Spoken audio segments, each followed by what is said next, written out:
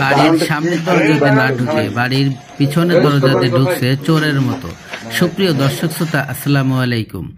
দেশে এবং প্রবাসে, দূরে এবং কাছে, যে যেখান থেকে আজকের এই ভিডিওগুলো দেখার জন্য প্লে করেছেন, সবাইকে আন্তরিক শুভেচ্ছা অভিনন্দন। দর্শক শ্রোতা, শুরু থেকে ছোট্ট একটু ভিডিও ক্লিপের অংশ বিশেষ দেখেছেন, সম্পূর্ণ ভিডিও আপনাদেরকে দেখাবো।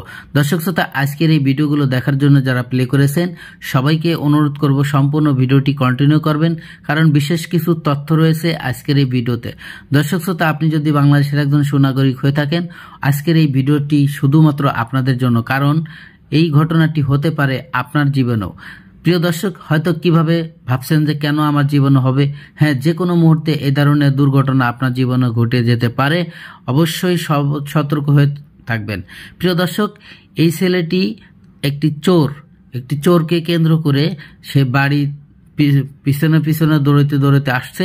আসার পরে চোর কিন্তু ঠিকই পালিয়ে চলে গেছে, কিন্তু এই ছেলেটি পিছনের দরজা দিয়ে ঢুকছে। ঢোকার পরে ওই বাড়ির লোকজন তাদেরকে ধরে ফেলাইছে।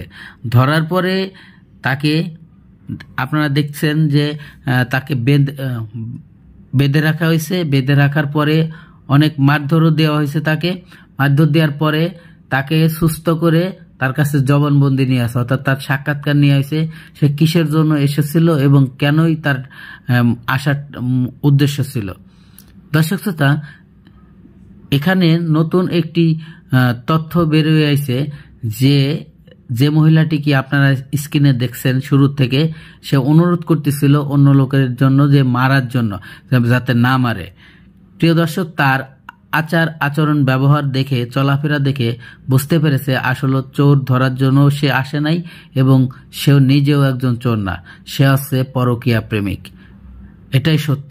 হয়তো আপনারা আশ্চর্য হয়ে যাবেন যে চোরের থেকে কিভাবে পরকীয়া প্রেমিক হয়। প্রিয় দর্শক শ্রোতা, তার হাজবেন্ড প্রবাসে থাকে। সেই প্রবাসে থাকা অবস্থায় সে অনেক দিন যাবৎ বাড়ি আসে না, প্রায় 5 থেকে 6 বছর। আর এই সুযোগটাই কাজে লাগাইছে তার স্ত্রী এই ধরনের কর্মকাণ্ডের সাথে জড়িয়ে এই পাশের বাড়ির এই ছেলের সাথে। দর্শক শ্রোতা, প্রতিদিনের মতোই ওই দিনও আসছিল। আসার পরে যখন দেখছে যে এই বাড়ির লোকজন এখনো ঘুমায় নাই, তাই লোকজনের জড়সড় দেখা যাচ্ছে, বোঝা যাচ্ছে, তখন সে নিজেই চোর খেদানোর নাটক করে সে ওই বাড়িতে ঢুকে পড়ে। ভাবছে হয়তো আমার কিছু হবে না, কিন্তু সাধারণ জনগণ এবং এলাকাবাসী, ওই বাড়ির মানুষ আগের থেকেই জানতো যে এই ধরনের ঘটনা ঘটতে চলেছে, তার জন্য তারা অনেকটা অ্যালার্ট ছিল, হাতে নাতে ধরে পড়ে। তা চলুন সেই গুরুত্বপূর্ণ ভিডিওটি দেখে আসি।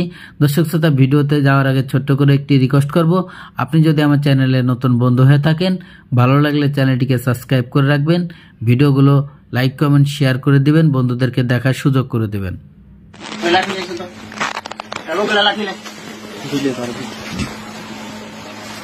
লাঠি লেখা দেবা ওই দেখি লাঠি দেখি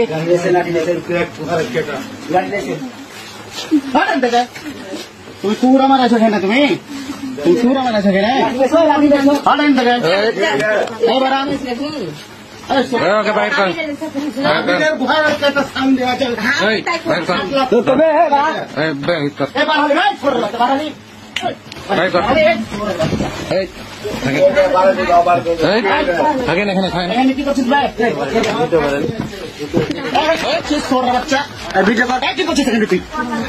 কি করতেছিস এখানে?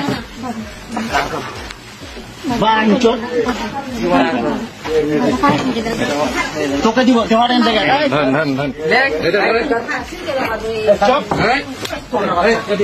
বাইরে বাইরে বাইরে বাইরে আগে বাইরে বাইরে কত বড় বাইরে আগে বাইরে বাইরে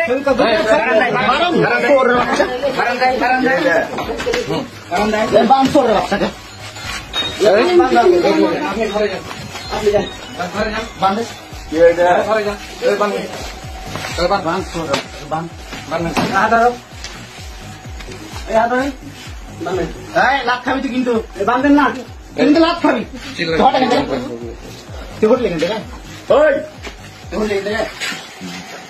কারণটা কি? তোর বাড়ি কোথায়? তোর বাপের নাম কি? মসজিদুল ইসলাম। এখানে কি সম্পর্ক এর সাথে? কি করছিলি? কিছু করেনি, এখন এসছেন। না এখনই তো আমি মানে কি বিষয়